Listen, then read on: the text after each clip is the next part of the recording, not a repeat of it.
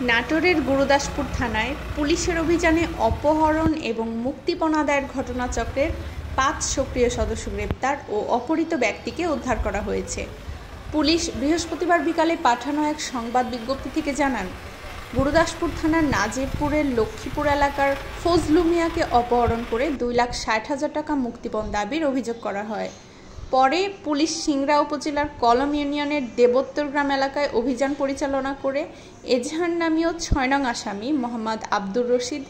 পিতা মৃত কেতাব আলী এর বসতবাড়ি হতে ভিকটিমকে অবরুদ্ধ অবস্থায় উদ্ধার করা হয় এবং ঘটনার সাথে জড়িত থাকার অভিযোগে গুরুদাসপুর থানার চন্দ্রপুর ঠাকুরপাড়া গ্রামের হারুনুর রশিদের ছেলে মোহাম্মদ হাসান আলী, বৃন্দাপুর গ্রামের আমানত আলীর ছেলে আনিস, সিংড়া থানার সোনাপুর গ্রামের ইসমাইল হোসেনের ছেলে মোহাম্মদ আরিফুল ইসলাম সবুজ, দেবোত্তর গ্রামের কেতাব আলীর ছেলে মোহাম্মদ আব্দুর রশিদ, দেবোত্তর নগরপাড়া গ্রামের মোবারক আলীর ছেলে সোহাগ হোসেনকে গ্রেপ্তার করা হয়। গুরুদাসপুর থানার ভারপ্রাপ্ত কর্মকর্তা ওসি উজ্জ্বল হোসেন জানান, গ্রেপ্তারকৃত আসামিদের বিরুদ্ধে বিভিন্ন থানায় ডাকাতি ও ছিনতাই মামলা রয়েছে।